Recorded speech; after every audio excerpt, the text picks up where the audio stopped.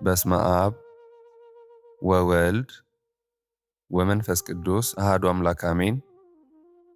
ለታላቁ ነቢይ ለብርሃኑ አብሳሪ የጌታችን መንገድ ጠራጊ ለሆነው መጥምቀ መለኮት ቅዱስ ዮሐንስ የተወለደበት ዓመታዊ መታሰቢያ በዓል ለሆነው ለሰኔ 30 እንኳን በሰላም አደረሳችሁ አደረሰን። የዛሬውን መርሃ ግብራችንን እግዚአብሔር አምላካችን ይባርክልን፣ አሜን። ሰኔ 30 በዚህች ዕለት ነቢይ ሰማዕትና ሐዋርያ የሆነ መጥምቁ ዮሐንስ ተወለደ። ይህም በእናቱ ማኅፀን ውስጥ ሳለ ለእግዚአብሔር ልጅ የሰገደው ነው። ይህም በመድህን ክርስቶስ ራስ ላይ እጁን ጭኖ በውሃ ያጠምቀው ዘንድ የተገባው ነው። ቅዱስ ዮሐንስ ስሙ ሲጠራ በራሱ ለነፍስ ረፍትን የሚሰጥ አጋንንትን የሚያርበደብድ ታላቅ አባት ነው። እርሱን ቤተ ክርስቲያናችን በብዙ አጅባ በብዙ የክብር ስሞች ታወድሰዋለች። እርሱ ጸያፌ ፍኖት የጌታን መንገድ ጠራጊ ነው። እርሱ ድምፀ አዋዲ በበረሃ የሚጮህ የንስሐ አዋጅ ነጋሪ አባት ነው። እርሱ መጥምቀ መለኮት ፍጥረታትን ሁሉ የፈጠረውን ጌታ በዮርዳኖስ ወንዝ ያጠመቀ ቅዱስ ባለሟል ነው። እርሱ የብሉይ ኪዳን መደምደሚያ ማኅተም እንዲሁም የአዲስ ኪዳን መባቻ ነው። ገና በእናቱ ማኅፀን ሳለ መንፈስ ቅዱስ የሞላበት ከሴቶች ከተወለዱት ሁሉ የሚበልጠው የሌለ ታላቁ ነቢይና ሐዋርያ ቅዱስ ሰማዕት ነው። የእርሱ ኃያልነት በሰይፍና በጦር ሳይሆን በትሕትናው በጾምና በጸሎቱ እንዲሁም ለእውነት በቆመበት ጽኑ መንፈሱ የተገለጠ ነው። በዮርዳኖስ ወንዝ ቆሞ የክብር ባለቤት የሆነውን ጌታችን መድኃኒታችን አምላካችን ኢየሱስ ክርስቶስን ለማጥመቅ የታደለ የእጆቹ መዳፎች ምንኛ የተባረኩ ናቸው። ክብሩ ከሰው አእምሮ በላይ የሆነ ዝናውን በመላው ዓለም የገነነ ድንቅ ጻድቅ ነው። የተወደዳችሁ አድማጮቻችን ይህን ግሩም የሆነ የእግዚአብሔር ጸጋ የተሞላበት የአባታችንን ውዳሴና ታሪክ ስታዳምጡ ነፍሳችሁ እንድትረካ አእምሯችሁን ፍጹም ሰላም እንዲያገኝ እግዚአብሔር አምላካችን የሚባርከን ዘንድ ከጭንቀታችን ሁሉ እንዲያሳርፈን ይህንን ውዳሴና ጸሎት እስከ መጨረሻው በማድመጥ የበረከቱ ተካፋይ እንሆን ዘንድ በእግዚአብሔር ስም በትሕትና እንጠይቃለን። መጥምቀ መለኮት ቅዱስ ዮሐንስ በምልጃው አይለየን። በእርሱ ላይ ያደረው የእግዚአብሔር ጸጋና ሰላም በየቤታችን ይግባ። እግዚአብሔር አምላካችን የሁላችንንም ጸሎት ይቀበለን። አሜን። ሰኔ 30 የሚነበብ የመጥምቀ መለኮት ቅዱስ ዮሐንስ ገድል ይህ ነው። አንድ አምላክ በሚሆን በአብ በወልድ በመንፈስ ቅዱስ ስም አምነን ይህን መሽቀዳደሙን የጨረሰበትን የመጥምቀ መለኮት ቅዱስ ዮሐንስን የገድሉን መጽሐፍ እንጀምራለን። የተቀደሰችው በረከቱ ከእኛ ጋር ትሁን ለዘላለሙ አሜን። ይቅር ባይ በሚሆንና በዮርዳኖስ የምወደው ልጄ ይህ ነው ብሎ በመሰከረው በእግዚአብሔር አብ ስም አዳምን ከነ ልጆቹ ለማዳን ወደዚህ ዓለም በመጣው በእግዚአብሔር ወልድ ቸርነት ወልድ በዕደ ዮሐንስ በተጠመቀ ጊዜ በርግብ አምሳል ወርዶ ባረፈበት በእግዚአብሔር መንፈስ ቅዱስም ሀብትና ረድኤት ቅድስናው ከሁሉ በላይ የበዛውን የመጥምቀ መለኮት ዮሐንስን ክብርና ታላቅነት ከጽንሰቱ ጀመረን እስከ ልደቱ ድረስ የገድሉን መጽሐፍ እንጀምራለን።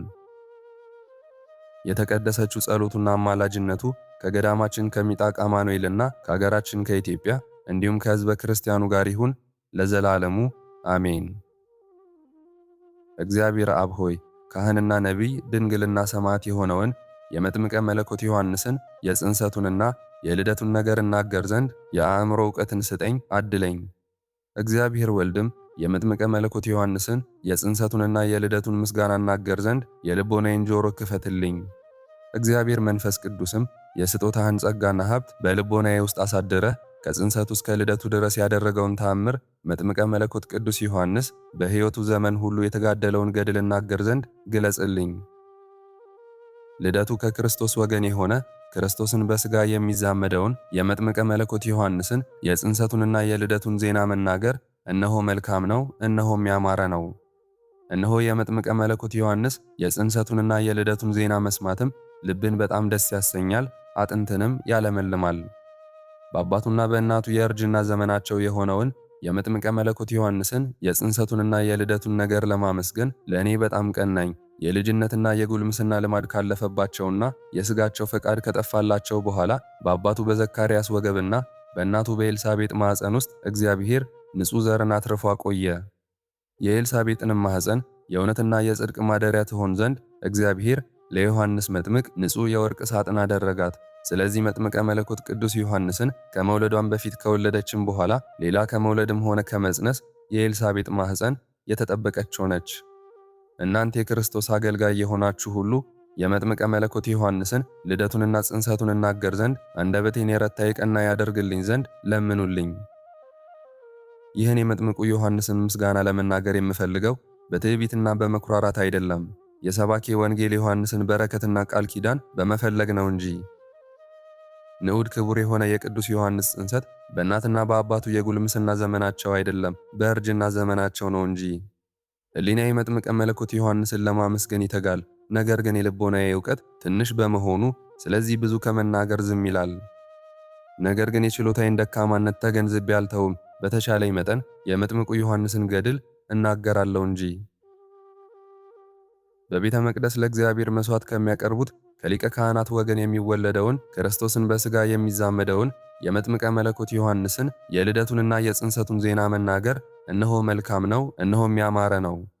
የመጥምቀ መለኮት ዮሐንስ ጽንሰት በቅድስተ ቅዱሳን ውስጥ ቆመው ለእግዚአብሔር መሥዋዕትን ከሚያቀርቡ ከሌዋውያን ከሆኑት ከሊቀ ካህናት ወገን ነው። በሉቃስ ወንጌል እንደተነገረው በእግዚአብሔር ፈቃድ በብስራተ መልአክ የተፈጸመችው የመጥምቀ መለኮት ዮሐንስ ጽንሰትና ልደት በጣም የከበረች ናት። በይሁዳ ንጉሥ በሄሮድስ ዘመን በአብያ ወገን የሆነ ዘካርያስ የሚባል አንድ ካህን ነበር። ሚስቱም ከአሮን ልጆች ወገን ነበረች፣ ስሟም ኤልሳቤጥ ይባል ነበር። ሁለቱም በእግዚአብሔር ፊት ጻድቃን ነበሩ፣ በእግዚአብሔርም ትእዛዝ በሕጉና በሥርዓቱ ሁሉ ይሄዱ ነበር። ሁለቱም ከኃጢአት ሁሉ ንጹሐን ነበሩ፣ ነገር ግን ልጅ አልነበራቸውም። ኤልሳቤጥም መካን ነበረችና ሁለቱም አርጅተው የመውለድ ዘመናቸውም አልፎ ነበርና ዘካርያስንም ልጅ ባለመውለዱ የእስራኤል ልጆች ንቀው አዋርደው ዝቅ አድርገው ያዩትና ይመለከቱት ነበር። ሁሉም እንዲህ ይሉት ነበር፣ ይሄ ሰው ኃጢአተኛ በደለኛ ነው። ስለዚህ ብዙ ተባዙ ምድርንም ሙሏት ብሎ እግዚአብሔር ለአባታችን ለአዳምና ለልጆቹ የሰጠውን በረከት አሳጥቶ ልጅ የነሳው በኃጢአቱ ምክንያት ነው አሉ። ዘካርያስም ስለዚህ ነገር እያዘነና እንደ ነቢዩ ኤርምያስ ልጅ ያለ ልጅ ይሰጠው ዘንድ ዕለት ዕለት ሁልጊዜ ወደ እግዚአብሔር ልመና ያቀርብ ነበር። ያን ጊዜ እግዚአብሔር የካህኑ ዘካርያስን ልመና ተቀብሎ ሰማና ልጅ እንደሚወልድ ይነግረው ዘንድ የበራኪው ልጅ ወደ ሆነ ወደ ዘካርያስ ዘንድ መስከረም 27 ቀን የመላእክትን አለቃ ገብርኤልን ላከው። ከዚህም በኋላ በእግዚአብሔር ፊት ካህናት እንደሚያደርጉት በተራው የክህነት ሥራ በሚሰራበት ጊዜ ዘካርያስ የሚያጥንበት ጊዜ ደረሰ። ዘካርያስም ወደ እግዚአብሔር ቤተ መቅደስ ገባ። በዕጣኑም ሰዓት ጊዜ ሕዝቡ በሙሉ በውጪ ቆመው ይጸልዩ ነበር። የእግዚአብሔር መልአክም በዕጣኑ መሠዊያ በስተቀኝ በኩል ቆሞ ታየው። ዘካርያስም መልአኩን ባየው ጊዜ ደነገጠ፣ ፍርሃት ረዓድ መንቀጥቀጥ አደረበት። መልአኩም እንዲህ አለው፣ ዘካርያስ ሆይ አትፍራ፣ ጸሎትህ በእግዚአብሔር ፊት ተሰምቶልሃልና ሚስትህ ኤልሳቤጥም ወንድ ልጅ ትወልድልሃለች፣ ስሙንም ዮሐንስ ትለዋለህ። ለአንተም ተድላ ደስታ ይሆንልሃል፣ በመወለዱም ብዙዎች ደስ ይላቸዋል። ይህም ልጅ በእግዚአብሔር ፊት ታላቅ ይሆናል።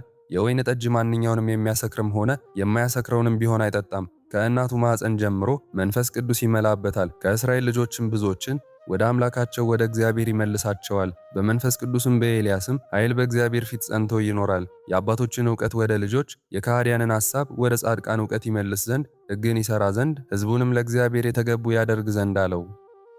ዘካርያስም የእግዚአብሔርን መልአክ እንዲህ አለው፣ ይሄ ሁሉ እንደሚደረግ በምን አውቀዋለሁ? እነሆ እኔ አርጅቻለሁ፣ ሚስቴም የመውለጇ ጊዜ አልፏልና አለው። መልአኩም ዘካርያስን መልሶ እንዲህ አለው፣ እኔ በእግዚአብሔር ፊት የምቆመው ገብርኤል ነኝ። ይህንንም ነገር እነግርህ ዘንድ ወደ አንተ ተልኬአለሁ። እነሆ ይህ እስኪሆን ድረስ አሁኑኑ ዲዳ ትሆናለህ፣ መናገርም ይሳንሃል። በጊዜው ጊዜ የሚደረገውንና ሊፈጸም የሚችለውን ነገሬን አላመንከኝምና ዲዳ ሁን አለው። ይህን ነገር ነግሮት ከጨረሰ በኋላ መልአኩ ከእሱ ዘንድ ሄደ፣ ተሰወረውም። ሕዝቡም በአፋ ሆነው እየጸለዩ ዘካርያስን ይጠብቁት ነበር፣ አደነቁም። ዘካርያስ ወደ ቤተ መቅደስ ውስጥ ከገባ ዘግይቷልና። እሱም እነሱ ወዳሉበት ወደ ውጭ በወጣ ጊዜ ማነጋገር ተሳነው። ሕዝቡም በቤተ መቅደስ የታየው እንዳለ አወቁ። ዘካርያስም እንዲሁ ድዳ ሆኖ በእጁ እያመለከታቸው ኖረ። ከዚህ በኋላ ዘካርያስ ተራውን ጨርሶ ወደ ቤቱ ገባ። ከሁለት ቀንም በኋላ ሚስቱ ኤልሳቤጥ ጸነሰች። ኤልሳቤጥም መጽነሷን 5 ወር ሸሸገችው። እግዚአብሔር ፈጣሪ መጎብኘትን በጎበኘኝ ጊዜ እንዲህን አደረገልኝን? በዚህ ወራት ስድቤን ሁሉ ከሰው ያርቅልኝ ዘንድ አለች። ዮሐንስ በተጸነሰ በ6ኛው ወር መልአኩ ገብርኤል ከእግዚአብሔር ዘንድ ከገሊላ አገር ናዝሬት ወደምትባል አገር ተላከ። ከዳዊት ወገን ለሚሆን ዮሴፍ ለሚባል ሰው ወደ ታጨችው አንዲት ድንግል ዘንድ ተላከ። የዚህችም የድንግል ስሟ ማርያም ይባል ነበር። መልአኩም ወደ እርሷ ገብቶ ምልዕተ ክብር ሆይ ደስ ይበልሽ፣ ጸጋን የተመላሽ ሆይ እግዚአብሔር ከአንቺ ጋር ነውና አንቺም ከሴቶች ተለይተሽ የተባረክሽ ነሽ። እሷም አይታ ከአነጋገሩ የተነሳ ደነገጠች።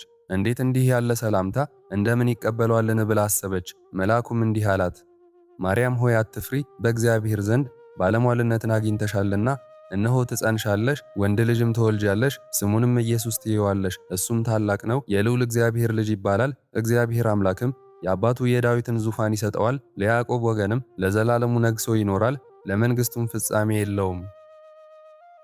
ማርያም መልአኩን እንዲህ አለችው፣ ወንድ ሳላውቅ ይህ ነገር እንዴት ይሆንልኛል አለችው። መልአኩም መልሶ እንዲህ አላት፣ የቅዱስ እግዚአብሔር መንፈስ ያድርብሻል፣ የልዑል ወልድ ኃይልም ይጋርድሻል። ይህ ከአንቺ የሚወለደውም ቅዱስ ነው፣ የልዑል እግዚአብሔር የባሕሪ ልጅ ይባላል። ከዘመዶችሽ ወገን የምትሆን ኤልሳቤጥ እንኳ እነሆ እሷ በእርጅናዋ ወራት ጸነሰች፣ ልጅም አገኘች። መካን ለሚሏት ኤልሳቤጥ ከጸነሰች ይህ 6ኛ ወር ነው፣ ለእግዚአብሔርም የሚሳነው ነገር የለምና። በዚህን ጊዜ ማርያም መልአኩን እነሆ እኔ የእግዚአብሔር ገረዱ አለው፣ እንዳልክ ይሁንልኝ ይደረግልኝ አለችው። ይህን ነገር ነግሯት ከጨረሰ በኋላ መልአኩ ከሷ አልፎ ሄደ። በዚያን ወራት ያን ጊዜ ማርያም ፈጥና ተነስታ የክረምት ምንጭ በሚበዛበት መንገድ በደጋው ሄደች። የይሁዳ ዕጣ ወደምትሆን ወደ ዳዊት አገር ደረሰች። ወደ ዘካርያስም ቤት ገብታ ኤልሳቤጥን እንዴት ነሽ ብላ ሰላምታ ሰጠቻት። ኤልሳቤጥም እንዴት ነሽ ስትላት የማርያምን ቃል በሰማች ጊዜ ጽንሱ በማኅፀኗ ውስጥ በፍጹም ደስታ ዘለለ፣ ሰገደ። ያን ጊዜ በኤልሳቤጥም ላይ መንፈስ ቅዱስ መላባት፣ በታላቅም ቃል ጮኻ እንዲህ አለች፣ ከሴቶች ሁሉ ተለይተሽ አንቺ የተባረክሽ ነሽ፣ የማኅፀንሽ ፍሬ ብሩክ ነው። የጌታዬ እናት ወደ እኔ ትመጪ ዘንድ እኔ ምንድን ነኝ? እነሆ የሰላምታሽን ድምፅ ጆሮቼ በሰሙ ጊዜ በማኅፀኔ ውስጥ ያለው ልጄ በማኅፀኔ ውስጥ ሆኖ በፍጹም ደስታ ዘሏልና። ኤልሳቤጥም ማርያምን ከእግዚአብሔር ተልከው የነገሩሽን ቃል እንደሚደረግ የምታምኚ አንቺ ንዕድ ነሽ፣ ክብርት ነሽ። በዚህን ጊዜ ማርያም እንዲህ አለች፣ ሰውነቴ እግዚአብሔርን ታከብረዋለች፣ ልቡናዬም በፈጣሪ በመድኃኒቴ ደስ ይላታል። የአገልጋይቱን መከራ አይቷልና እነሆ ከዛሬ ጀምሮ ትውልድ ሁሉ ንዕድ ነሽ፣ ክብርት ነሽ ይሉኛል። እሱ ታላላቅ ሥራ ሰርቶልኛልና ስሙም ቅዱስ ነው፣ ይቅርታውም ለሚፈሩት ለልጅ ልጅ ነው። በስልጣኑም ኃይልን አደረገ። የልቦናቸውን ሐሳብ ከፍ ከፍ የሚያደርጉትንም በተናቸው፣ ኃያላንንም ከማዕረጋቸው አዋረዳቸው፣ የተዋረዱትንም ከፍ ከፍ አደረጋቸው። የተራቡትንም ከበረከቱ አጠገባቸው፣ ባለጠጎችንም ባዶ እጃቸውን ሰደዳቸው። ባሪያውን እስራኤልን ተቀበለው፣ ይቅርታውንም አሰበ፣ ለአባቶቻችን ለአብርሃም ለዘሩ እስከ ዘላለም አደርገዋለሁ ያለውን። ማርያምም ከኤልሳቤጥ ዘንድ 3 ወር ያህል ተቀምጣ ከዚያ በኋላ ወደ ቤቷ ተመለሰች። የመጥምቀ መለኮት ቅዱስ ዮሐንስ በረከትና አማላጅነቱ ከአገራችን ከኢትዮጵያ ጋር ይሁን ለዘላለሙ አሜን። ይሁንልን ይደረግልን።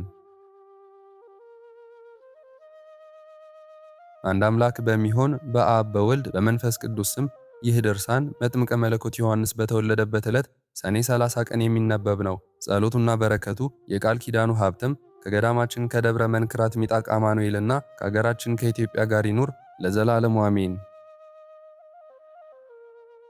ኤልሳቤጥም ልጅ የምትወልድበት ጊዜ ደረሰ። ሰኔ 30 ቀንም ንዑድ ክቡር የሆነውን መጥምቀ መለኮት ቅዱስ ዮሐንስንም ወለደችው። በካህኑ በዘካርያስ ቤትም ታላቅ ተድላ ደስታ ሆነ። ኤልሳቤጥም ልጅ ስለወለደች በጣም ተደሰተች።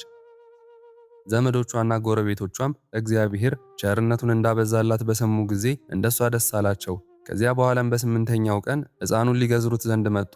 በአባቱም ስም ዘካርያስ ይሉት ዘንድ ፈለጉ። ኤልሳቤጥም እሱን ከመጽነሷ በፊት መልአኩ ያወጣለትን የልጇን ስም ታላቅነት በመንፈስ ቅዱስ ጸጋ አውቃለችና እናቱ ኤልሳቤጥ መለሰች፣ አይሆንም፣ የእሱ ስም ዮሐንስ ይባል እንጂ አለቻቸው። ኤልሳቤጥ በመንፈስ ቅዱስ ጸጋና ስጦታ የልጇን ስም ታላቅነት አወቀች። የመንፈስ ቅዱስ ጸጋና ስጦታ ባይገለጽላት ኖሮ ባላወቀች ነበርና። መልአኩ ዘካርያስ ሆይ ሚስትህ ኤልሳቤጥ ትጸንሳለች፣ ወንድ ልጅም ትወልድልሃለች፣ ስሙንም ዮሐንስ ትለዋለህ ባለው ጊዜ እሷ የመልአኩን ቃል አልሰማችም ነበር። ኤልሳቤጥም ከዚያ ቦታ አልነበረችም፣ ከቤቷ ውስጥ ነበረች እንጂ። ዘካርያስም እንዳይነግራት ድዳ ሆኖ መናገር ተስኖት ነበር። ነገር ግን ኤልሳቤጥ በመንፈስ ቅዱስ ጸጋ የልጇን ስም ስላወቀች ስሙ ዮሐንስ ይባላለች። ከዘመዶችሽ ወገን ስሙ እንዲህ የሚባል የለም፣ ስለምን ዮሐንስ ይባል ትያለሽ አሏት።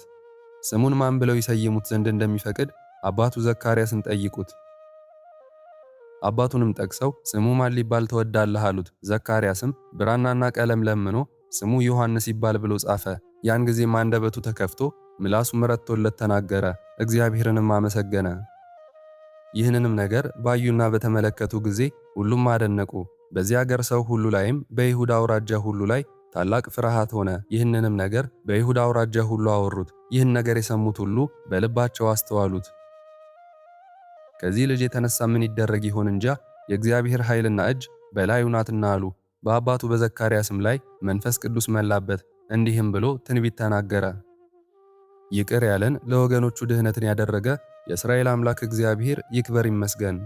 ከጥንት በነበሩ ነቢያቱ አንደበት እንደተናገረው ከአገልጋዩ ከዳዊት ቤት የምንድንበትን ቀን እንዳስነሳልን ከጠላቶቻችን እጅ ከሚጥሉንም ሁሉ ያድነን ዘንድና ቸርነቱን ከአባቶቻችን ጋር አድርጎ የተቀደሰች ኪዳኑን የሚያስብ ዘንድ መሐላውን ለአባቶቻችን ለአብርሃም የማለውን መሐላ ያስብ ዘንድ ከጠላቶቻችን እጅ የማንፈራበትን ረድኤቱን ይሰጠን ዘንድ ሊያድነንም በፊቱ በዘመናችን ሁሉ በእውነት በቅንነት እናመልከው ዘንድ አንተም ልጅ የልዑል እግዚአብሔር ነቢይ ትባላለህ፣ መንገዱንም ትጠርግ ዘንድ በፊቱ ትሄዳለህና ኃጢአታቸው በሚሰረይላቸው ገንዘብ ይሰረይላቸው ዘንድ መድኃኒታቸውን እንዲያውቁ አሕዛብን ታስተምራቸው ዘንድ ከአርያም በጎበኘን በአምላካችን ይቅርታውንና በቸርነቱ በጨለማና በሞት ጥላ ስር ለነበሩ ሁሉ ብርሃንን ያሳያቸው ዘንድ እግራችንንም ወደ ሰላም ጎዳና ያቃናልን ዘንድ።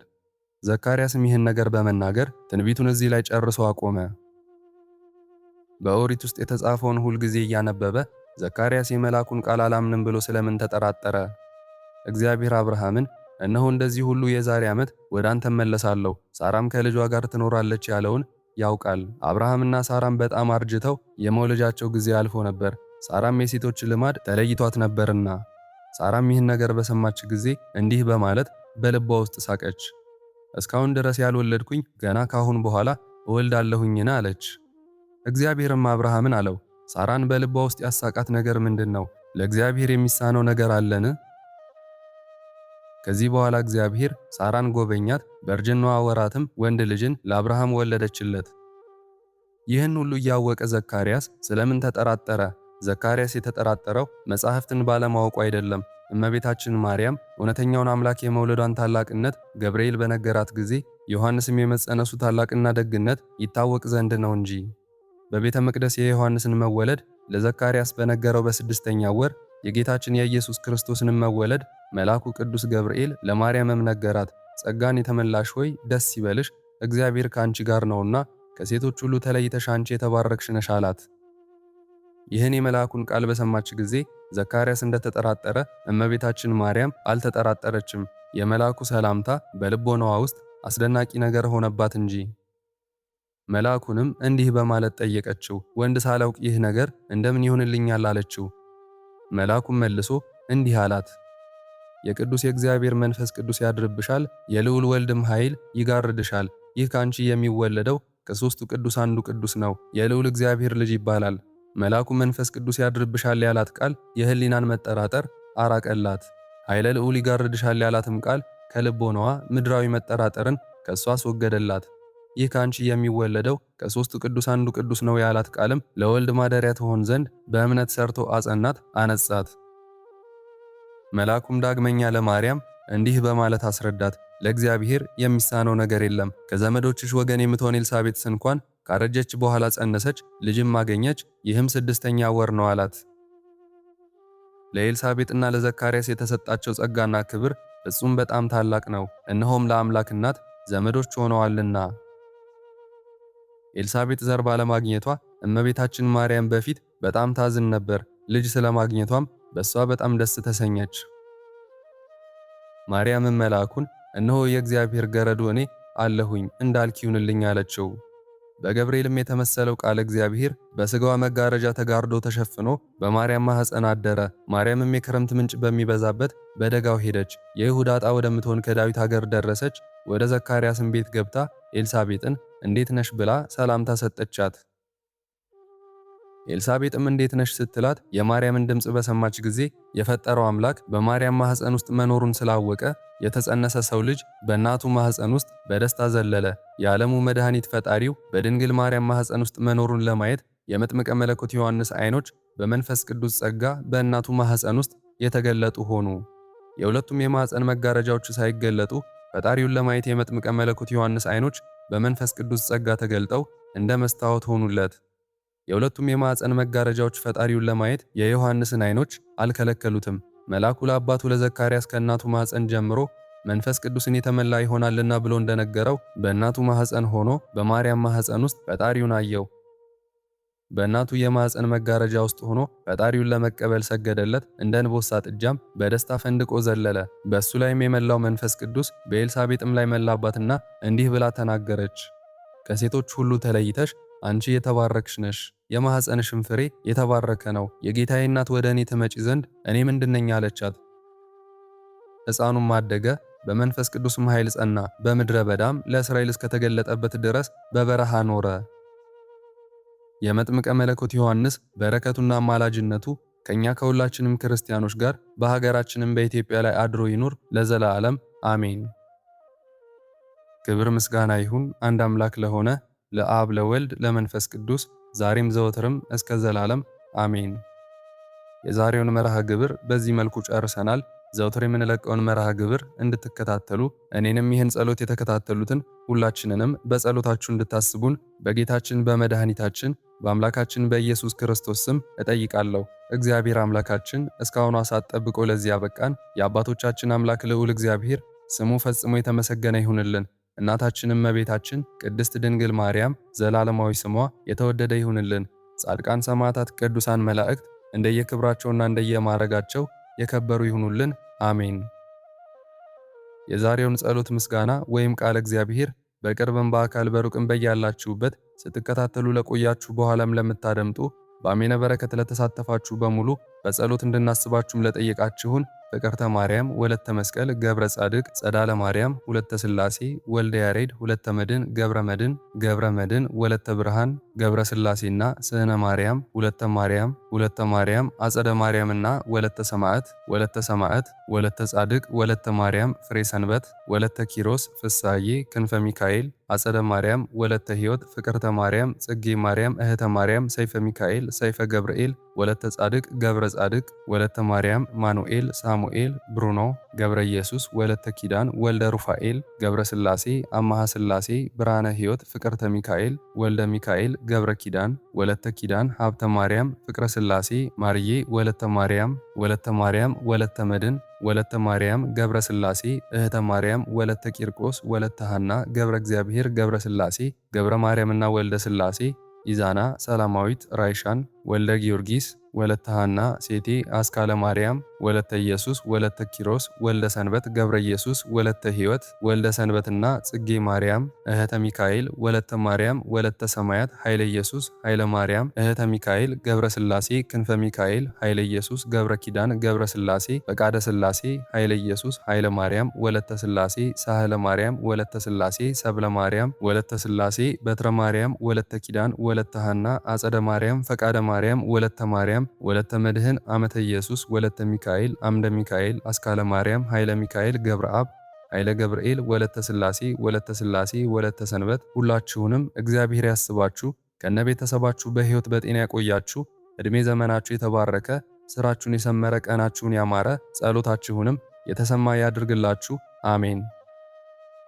እንዲሁም በአካል በሥጋ የተለዩንን ወለተ ሥላሴ፣ ገብረ ሥላሴ፣ ወለተ ጽዮን፣ ወልደ ሰማያት፣ ወለተ ማርያም፣ ሳህለ ማርያም እግዚአብሔር አምላካችን ነፍሳቸውን ይማርልን፣ በአጸደ ሕይወት በገነት በመንግሥተ ሰማይ ያሳርፍልን አሜን። አነሳስቶ ላስጀመረን አስጀምሮም ላስፈጸመን ለልዑል እግዚአብሔር ክብርና ምስጋና ይግባው ዛሬም ዘወትርም ለዘላለሙ አሜን። አቡነ ዘበሰማያት